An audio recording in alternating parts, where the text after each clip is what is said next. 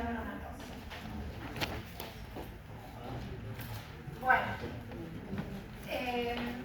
¿qué gran diferencia tiene este tipo de inflamación con la aguda? ¿Se acuerdan que en la aguda habíamos dicho que era una respuesta rápida y de corta duración, básicamente dada por la célula principal que era el neutrófilo? Bueno, en este tipo de respuesta se caracteriza todo lo contrario por ser de larga duración. Puede durar meses o incluso años. No es estereotipada como si lo es la inflamación aguda, y básicamente se observa en relación a estas causas: infecciones persistentes, como particularmente algunas en especial, como la tuberculosis o la sífilis, la exposición prolongada a tóxicos, ya sean exógenos o endógenos, y ante fenómenos de autoinmunidad, como en contexto, por ejemplo, en artritis reumatoidea o lupus eritematosa.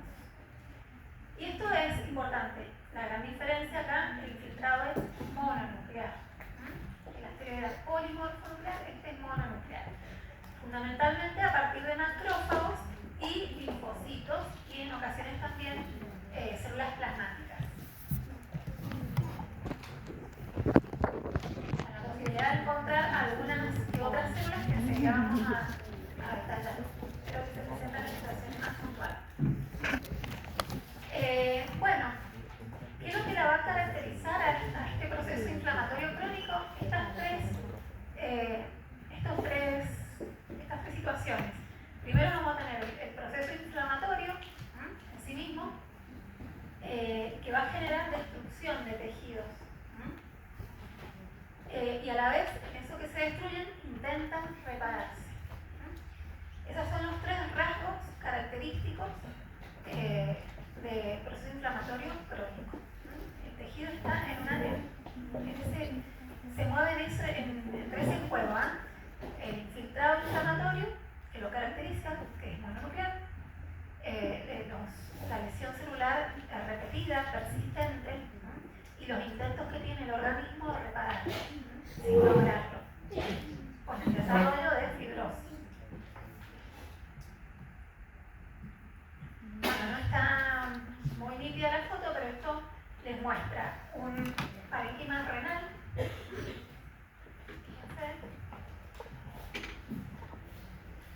Estos son los glomérulos renales. Y bueno, fíjense que acá todo este infiltrado azul estaba por infiltrado mononuclear. Acá hay un proceso inflamatorio crónico. Y bueno, indirectamente, como les decía recién, está generando daño en los tejidos, porque si ustedes comparan estas dos zonas, fíjense, estos son los túbulos renales. Así debiera verse en condiciones normales. Fíjense, comparativamente a esta otra zona, como los túbulos están, no hay la misma densidad, están disminuidos en tamaño, porque acá se está instalando el fenómeno de fibrosis junto a la distribución de tejidos. Estos son glomérulos ya dañados. Fíjense que nada comparativamente con un glóbulo normal, fíjense, ya perdió definitivamente su función, transformó en una masa eosinófila sin función de filtrado.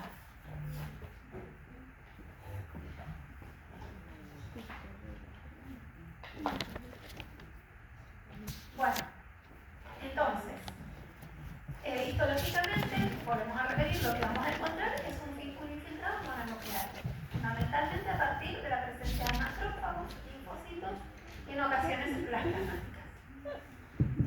¿Qué otro hallazgo característico? La destrucción. Siempre hay destrucción tissular, dada por las células inflamatorias.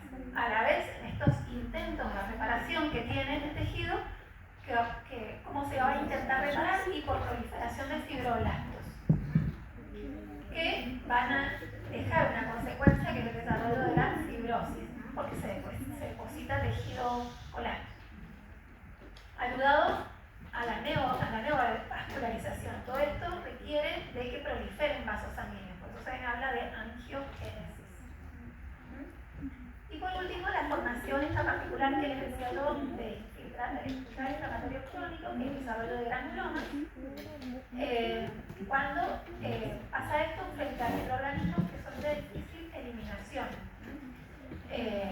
Entonces, como pueden ser tanto gérmenes, en este caso puntual, ciertos hongos, sífilis o la tuberculosis, o incluso cuerpos extraños. Bueno, entonces vamos a hablar en unas pocas palabras de cada una de las células efectoras dentro de este proceso. Como dijimos, acá la célula estrella dentro de lo que es el proceso inflamatorio crónico es el macrófago. Bien, el macrófago, ¿de dónde deriva? Surge del sistema monocito macrofágico. ¿Esto qué significa? Que la célula inicial potencial que le dio origen se encuentra en la médula ósea. Entonces, desde la médula ósea se generan lo que se denomina monocitos. Esa va a ser la forma circulante de la célula. En sangre circula bajo esta modalidad, como monocito.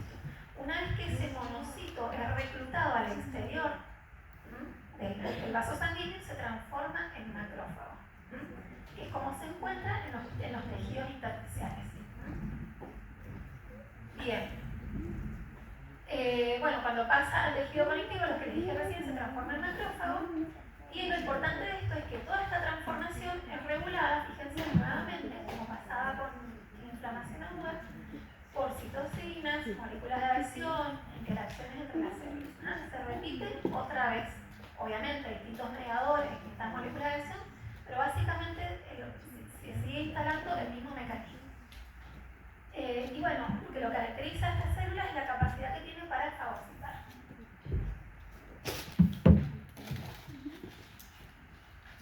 Bueno, esto es básicamente lo que les decía recién. ¿Cómo surge la célula? Bueno, a partir de una célula de tipo potencial en la médula ósea, que es el monoblasto, se genera cuando pasa a la sangre lo que se denomina monocito. El monocito es la forma circulante, siempre circula en sangre como monocito, que se caracterizan por tener una vida media corta en sangre, aproximadamente un día. Y solo en el caso de que sean reclutados desde la circulación, por lo que acabamos de decir, citocinas, moléculas de adhesión, o otro tipo de mediadores, solo en esa situación salen de la circulación y ya estando fuera de la circulación se transforman en macrófagos. Bien, entonces, los macrófagos, una vez que están fuera, ¿sí? Pueden sufrir activación. Por ejemplo, lo que dice ahí en el cuadro, células epitelioides, células gigantes, son formas especiales de macrófagos activados que se ven en el contexto de las inflamaciones granulomatosas que van a ver en la clase que viene. Después tenemos otra población dentro de este sistema macrofágico que se distribuye por todo el tejido conectivo del organismo. Van a tener distintos tipos de diferenciación según la localización que tengan. Por ejemplo, todos los macrófagos que se localizan en el sistema nervioso central lo hacen bajo la forma de la microglia, que es un tipo celular dentro del sistema nervioso central, con esa función macrofágica, pero en el sistema nervioso central. En el hígado, esta célula se denomina célula de Kupffer, y en los pulmones, macrófagos alveolares. Pero son macrófagos, solo que, de acuerdo a la localización que tengan, tienen un nombre propio. En el hueso, por ejemplo, osteoclastos. Bien. Entonces, en la inflamación crónica, ¿qué es lo que vamos a ver? La persistencia de la acumulación de macrófagos, que puede ser mediada por distintos mecanismos. Vamos a ver mejor en esta foto. Bueno, entonces como ustedes ven, tenemos el vaso, lo que ven arriba es una estructura vascular con el monocito circulante. Bueno, una vez que este monocito sale del interior del vaso, dijimos, se transforma en macrófago. Y ya en el intersticio empiezan a acumularse. Pueden acumularse por distintos mecanismos. Bueno, porque sean reclutados simplemente, como dijimos, por factores quimiotácticos, moléculas de adhesión o por otras células, entonces se produce la salida importante del número de los monocitos de circulación hacia el intersticio y así se acumulan en el intersticio. Esa es una de las formas y una de las principales, de hecho. Otra forma en que pueden acumularse en el intersticio es a través de la división, es decir, en el sitio se multiplican. También esto es inducido por ciertas citocinas. Y por último, ¿cómo pueden acumularse? A través de la inmovilización. Nuevamente, inducido esto por citocinas, ¿qué hace? Hace que estas citocinas logren que queden contenidos ahí en los macrófagos y no puedan movilizarse porque la movilización está inhibida. Estos son los tres mecanismos por los cuales pueden acumularse localmente los macrófagos. De estos tres, el principal mecanismo que logra acumulación es el de reclutamiento. Bien, ¿alguna duda? Bien, entonces, eso respecto a macrófagos. Dijimos que el otro tipo celular fundamental en la inflamación crónica es el linfocito. Bueno, los linfocitos, ustedes saben que tenemos dos tipos de linfocitos, B y T, que median la inmunidad humoral y celular, y que se activan estas células también y secretan linfocinas, que no son otra cosa que citocinas, nada más que se les denomina linfo para que ustedes tengan la idea que son citocinas producidas en el linfocito. Dentro de todas las que producen, no son muchas, una tiene especial importancia, que es el interferón gamma. ¿Por qué? Porque es un factor estimulador de este sistema de monocito-macrófago. Va a estimular justamente la salida del monocito de la circulación y su conversión a macrófago en el intersticio. Se caracterizan por tener, como está en la figura de abajo, un núcleo bien redondo o algo allanado, son grandes y tienen un citoplasma bien basófilo, es decir, de color de tonalidad azulada, no rosado como en la mayoría de las células.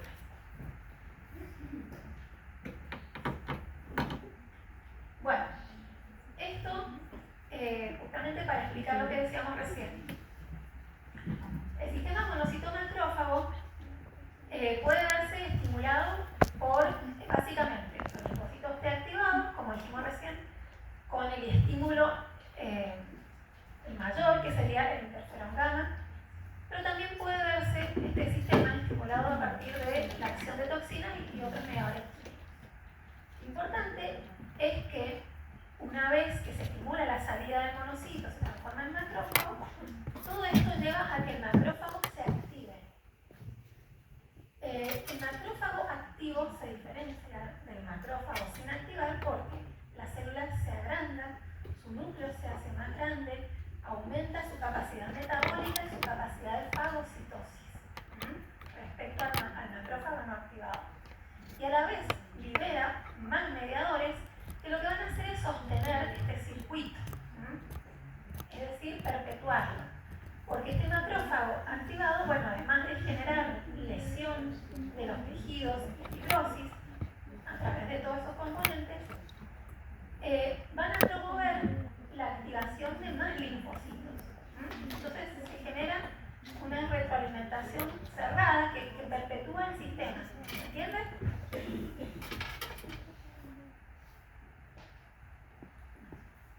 Bueno, esto es lo que les decía recién. Fíjense, el linfocito T, que es activado porque al tener contacto con el antígeno, bueno, y que a través de distintos mediadores, pero entre ellos el más importante, el interferón gamma, actúa sobre el macrófago activándolo, y este macrófago perpetúa esta respuesta porque activa más linfocitos a través de la presentación de antígeno y liberación de más factores quimiotácticos y citocinas.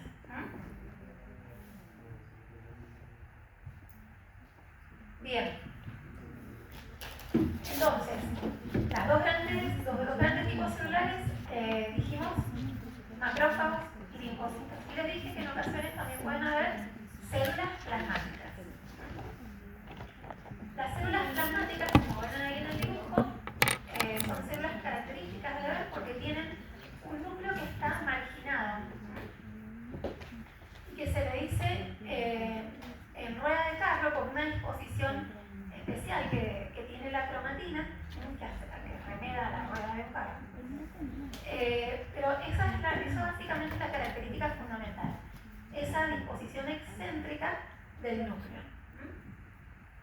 Ustedes saben que las células plasmáticas no son otra cosa que proceden de linfocitos B activados. Y que su función fundamental es esta, la producción de anticuerpos contra antígenos. Bueno, esta es la fotografía de una célula plasmática en un frotis sanguíneo. Todo lo que se ve de fondo son glóbulos rojos. Y la célula plasmática, característica homonística de este núcleo excéntrico.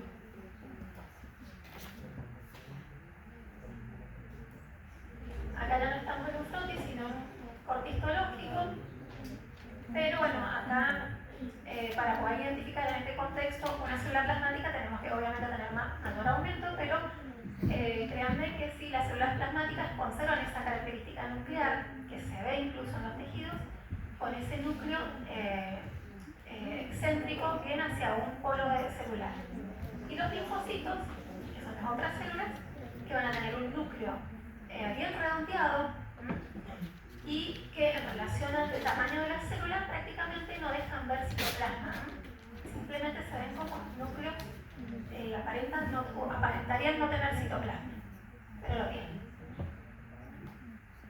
Bueno, esas serían las tres células fundamentales dentro de lo que es el proceso inflamatorio crónico. Pero en ciertos tipos, la respuesta inflamatoria crónica interviene en algunas otras células. Por ejemplo, estas, las llamadas mastocitos o también células cebadas, que se caracterizan por presentarse en el contexto de reacciones inflamatorias agudas y persistentes. ¿Qué es lo característico de estas células? Los gránulos. Fíjense, en el dibujo tenemos bien grande el núcleo, pero acompañan al citoplasma gránulos. Estos gránulos tienen histamina.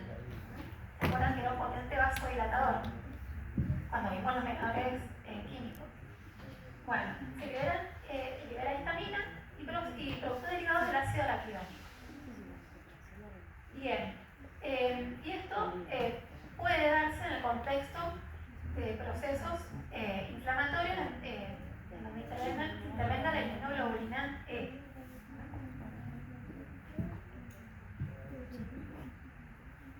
Bien, el otro tipo celular que podemos llegar a encontrar, recuerden, estas no son células que van a encontrar necesariamente por su inflamatorio crónico. Las que sí van a encontrar son los macrófagos, linfocitos y células plasmáticas. El otro tipo celular que podemos encontrar son los eosinófilos, muy característicos de ver por esta configuración que tiene el núcleo, como apiñonada o bilobulado, y que tiene un citoplasma que tiene eosinófilo, pero da una eosinofilia brillante, justamente por los gránulos que tiene en su interior. Este tipo de célula interviene en reacciones mediadas por IgE. Característica, por ejemplo, en el contexto de infecciones parasitarias. ¿Sí? Habitualmente se encuentra, pero no necesariamente.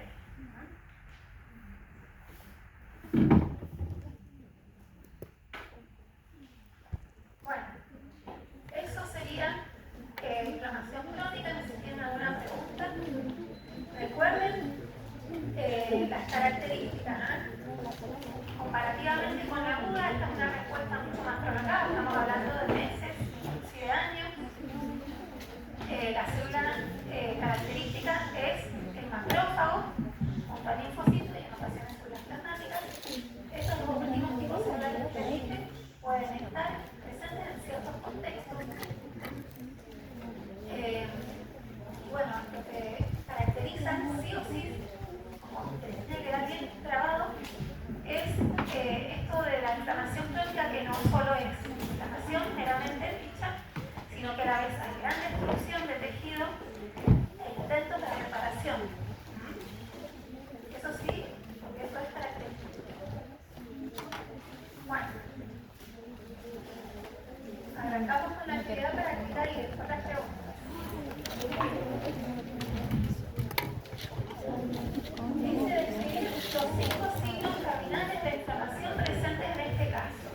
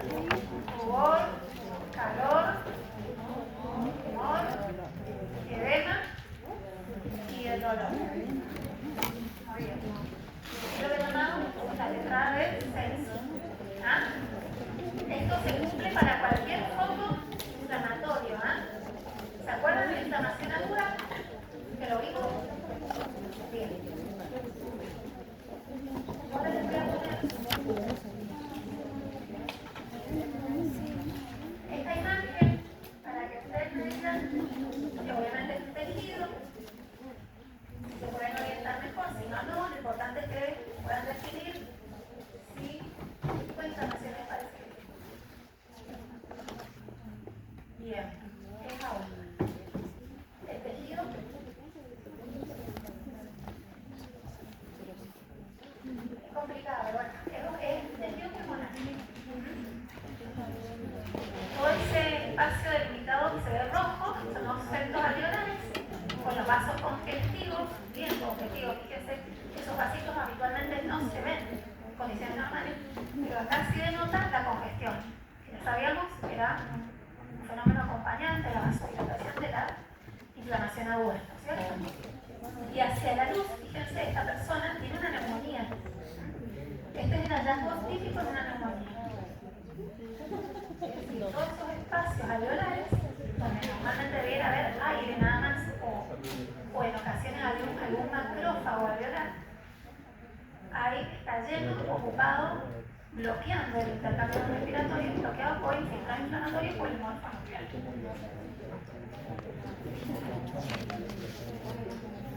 Bien, y acá no está muy bien la computadora, está mejor, pero bueno, ¿qué les parece que puede?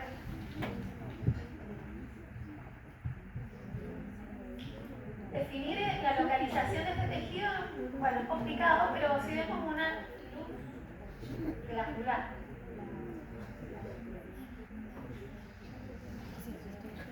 ¿Qué les parece que toda esa celularidad azul que se ve, qué impresión les da?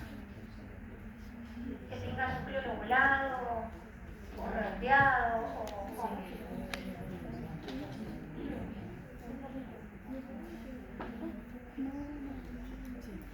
no, puede ser que se presta la confusión porque no está del todo claro. Pero lo que se ve, todo eso que ven ustedes ahí, son linfocitos. O sea, esto es entonces un tejido infiltrado por linfocitos en el contexto de un cuadro inflamatorio crónico.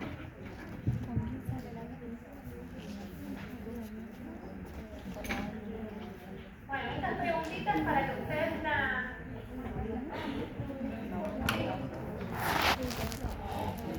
A ver, bueno, les leo la pregunta. La primera dice, ¿por qué se dice que la fase aguda de la inflamación es exudativa y la fase crónica proliferativa?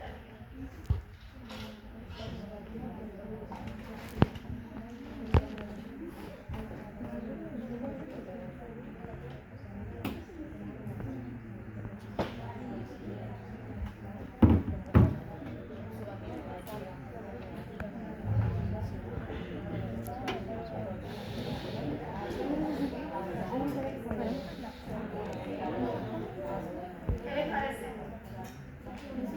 ¿Por qué exudativa?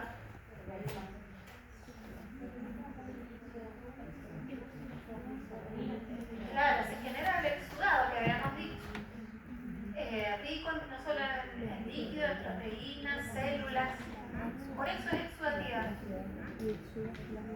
Y proliferativa la crónica, ¿por qué?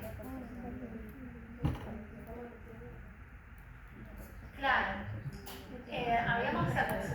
Recuerden que yo les dije ahora al finalizar que no se olviden que siempre en la inflamación crónica, además del típico infiltrado, hay lesión, se lesionan permanentemente los tejidos y se intentan reparar permanentemente. Y en ese intento de reparación hay mucha angiogénesis, o sea, se forman vasos permanentemente, proliferan fibroblastos, generan fibrosis.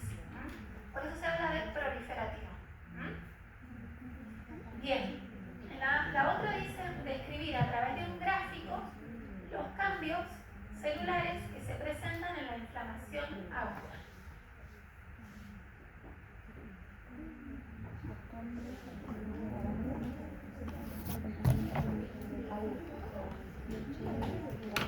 ¿Se acuerdan? ¿Se ubican lo que es eso? Un poquito.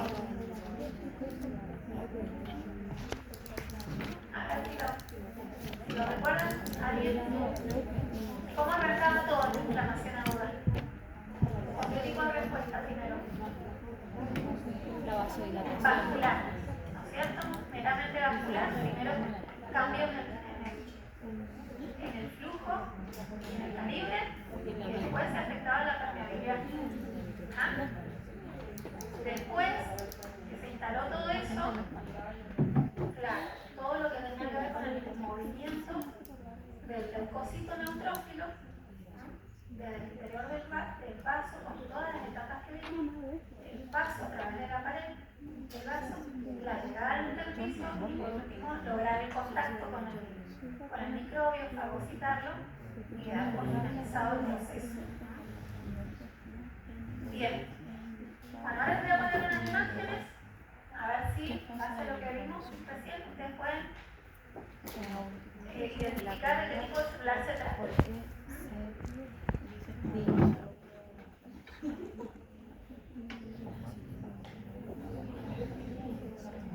Bien, esto es un frotis de sangre, ¿ah? No es un tejido. ¿Qué tipo de célula les parece que, de acuerdo a las características que vimos de la... Muy bien, plasmáticas. Porque tienen el núcleo excéntrico, fíjense, está como polarizado. Y el citoplasma es bien basófilo. ¿Ah?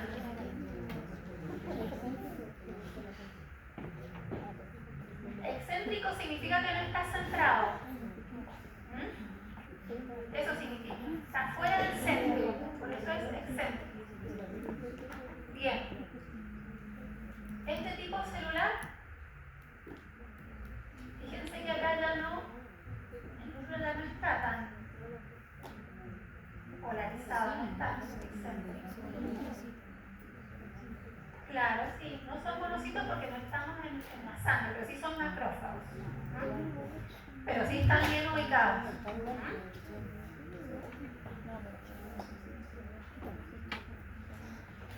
Bien, y este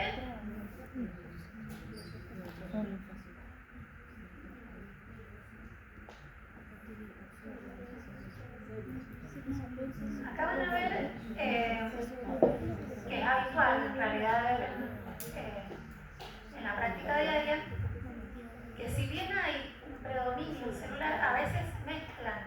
Entonces no es poco frecuente que en el contexto de la inflamación crónica a la vez encuentren cierto infiltrado agudo. ¿Ah? ¿Por qué? Porque estas mismas células, la misma necrosis o lesión celular que produce el proceso inflamatorio crónico, ese tejido muerto que genera permanente, a su vez activa otros mecanismos como cascada de coagulación, fibrinólisis, que van a terminar disparando al sistema inflamatorio agudo. Por eso no es infrecuente encontrar infiltrados mixtos, que básicamente es lo que se ve acá. Van a ver mayoritariamente, quizás no con el detalle que me gustaría, pero núcleos polilobulados, típicos del leucocito neutrófilo. Y sin embargo, en mucha menor cantidad, algún linfocito pueden llegar a encontrar.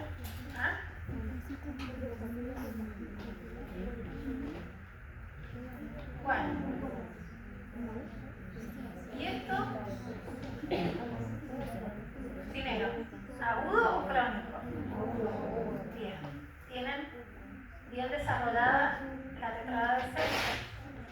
Si quisieran arriesgar dentro de los patrones que hablamos, ¿se acuerdan? Hay 4 de inflamación aguda. ¿Por cuál se inclinarían? ¿Cuál? La purulenta. Acuérdense que la fibrinosa es más propia de las cavidades serosas. Supurada. O supurada. ¿Se acuerdan? Generalmente más propicia para bacterias pirógenas, es decir, que tienen capacidad de producir como el estático. Bueno, y ahora sí, son 6 preguntas nada más.